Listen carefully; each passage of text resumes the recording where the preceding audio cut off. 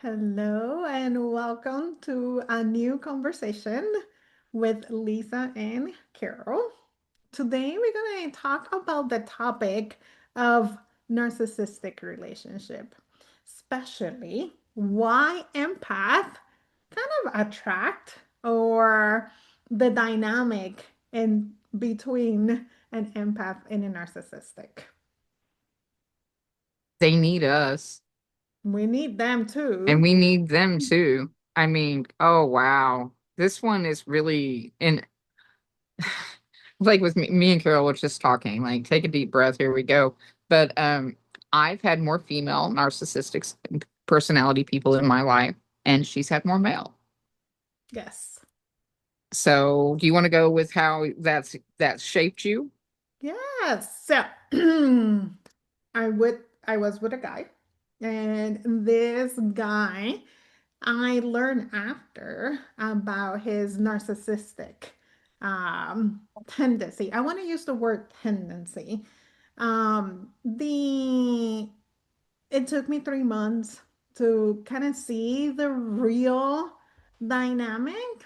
And what bring me to the realization is all my life, always have a like really out of steam that it's really like I care less what you think, how you feel about me.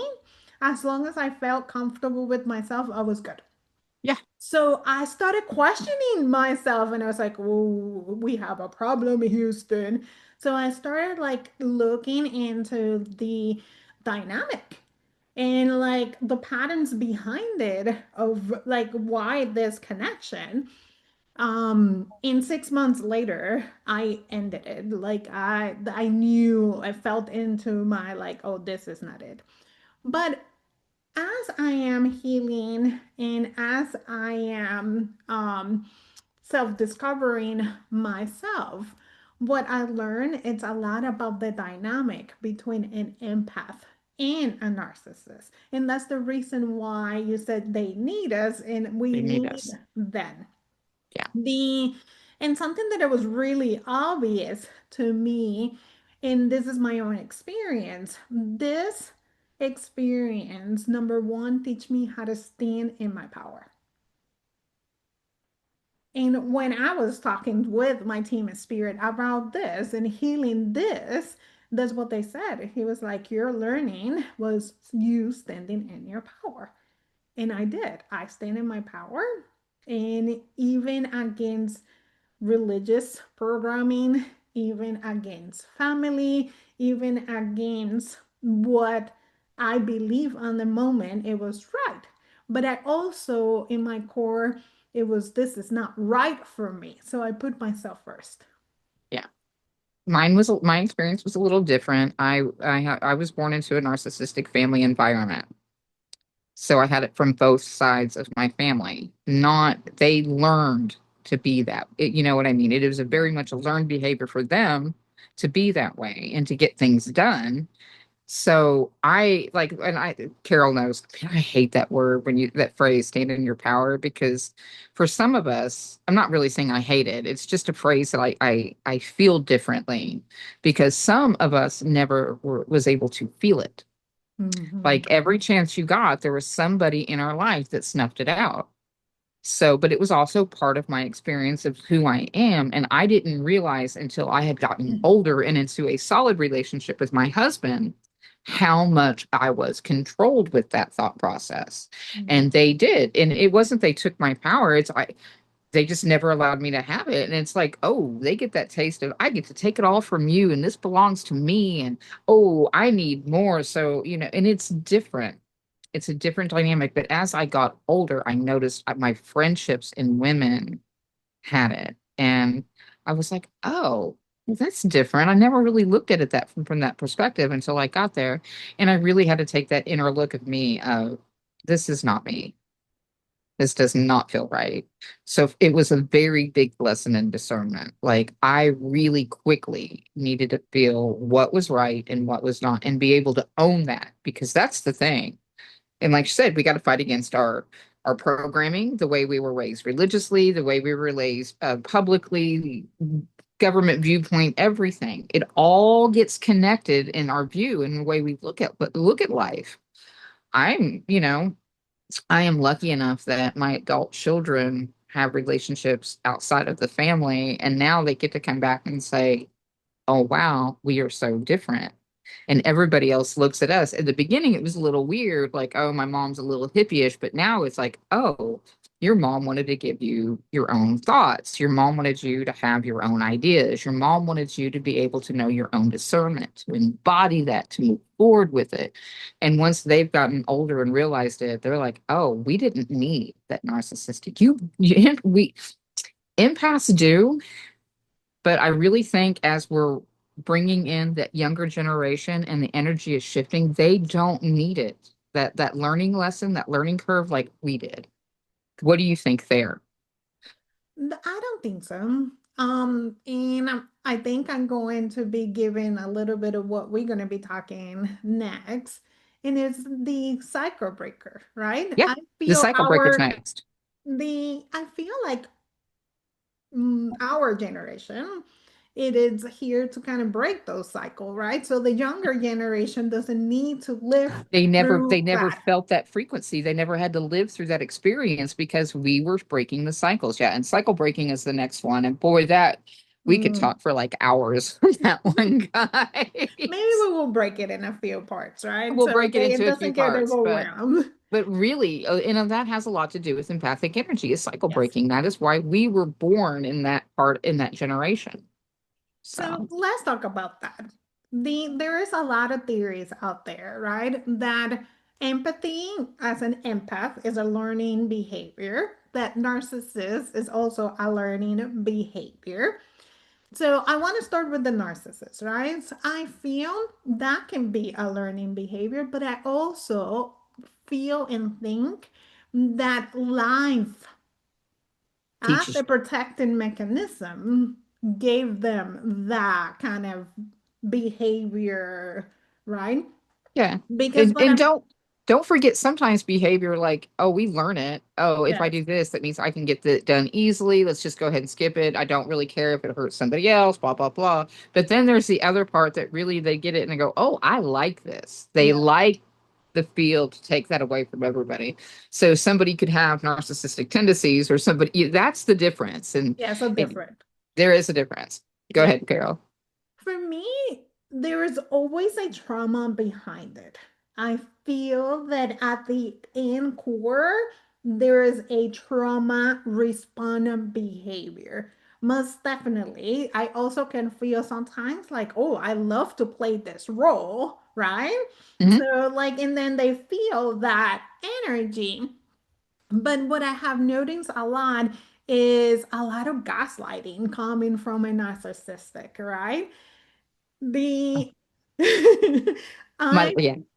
I feel there is like this um multiple kind of personality in there too, because it's like they start really charming and they start like really as the last coke in earth, but then they started showing their true self and how, and it depends on also the level of the narcissistic, right? Because I feel there is also different level of that narcissistic, um that do the extreme that they will take you out of the family, your friends, right? And Oh, creating they'll that talk you. relationship bond between them. Then now I cannot survive with my narcissistic person. Yeah, because you become so dependent on you. They allow the environment to become dependent on them, and then they get to control the situation.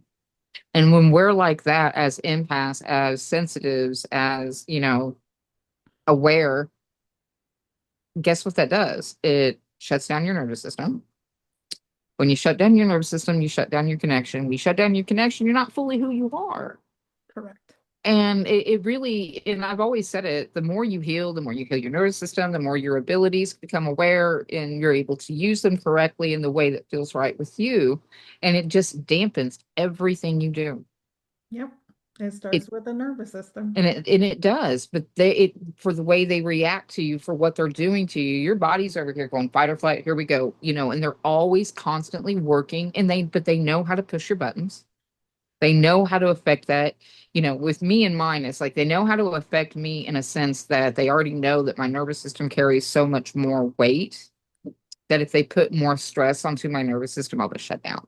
Hmm. That's the way I was. I would just shut down whatever you need. Let's just move through it. And I will find and push through and take all of that on just to move forward. And that does nothing for your energy. Yep. It's quite the opposite. And that's exactly why we want to do what we're doing. So you don't live through the experiences that we did. And it's not worth it. Now let's talk about the empath side. Because I feel that we as empaths, right, we are drawn to this relationship dynamic because of the conditioning of we want to fix, we want to save. Oh, We see them at the core. We see the inner child that is hurt. We see that they're responding to a narcissistic, they are coming from a trauma perspective, right? So now we are drawn to, oh, we can help them. Ooh, oh yeah. I, And before I was really like very aware of who I am and how I really work with energy and everything. It's not only like we're drawn to them and we can fix them. It's like we really see who they are. And I said that forever. I would look at people and have that conversation with my husband and it's like you see at the core of who these people really are, and your heart is like, I want to help them be that person. yep. I want to help them understand how good their energy actually feels once they let go of the fear and the hate and you know what I mean? When they let go of that. And we're attracted to that. And we can look past everything else that happens around because we know at the core of who they are, what they really truly are, because we can feel it. Now, if you can take anything from this conversation is number one, you're gonna change them. No, you can't. Not That for change somebody else. needs to come from within. It does. And number two, it is really nice of you to see at the core who they are, but until they don't see who they are at the core, nothing will change. Nothing will change. And no matter how hard you work or you allow them, it until they see it, it just isn't going to work. And sometimes it does if you have a personal relationship with a narcissistic, sometimes walking away from their energy of stopping feeding them is just enough for them to go, oh, to crank that armor that they've got up, to understand that the energy work and the shadow work that they've got to do to get them out of those tendencies, to get them to where they're running the show. It can happen, but it's not your job. Nope. So here's what I want you to look. Understand the patterns, Yeah. understand the conditioning, and understand the energetic. Yeah. As an empath, you overgive consciously and unconsciously.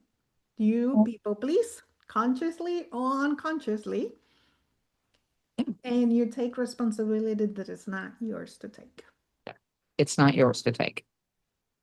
And that when you take on responsibility and energy that is not yours to take, you do not transmute it. You just hold it. Mhm.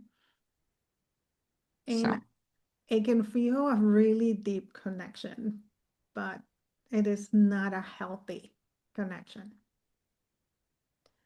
So we want to invite you to a co-creation between Lisa and I and Spirit. We call it the relationship series. And part of that series is healing our imprint that we got from a narcissistic relationship. But it's not all.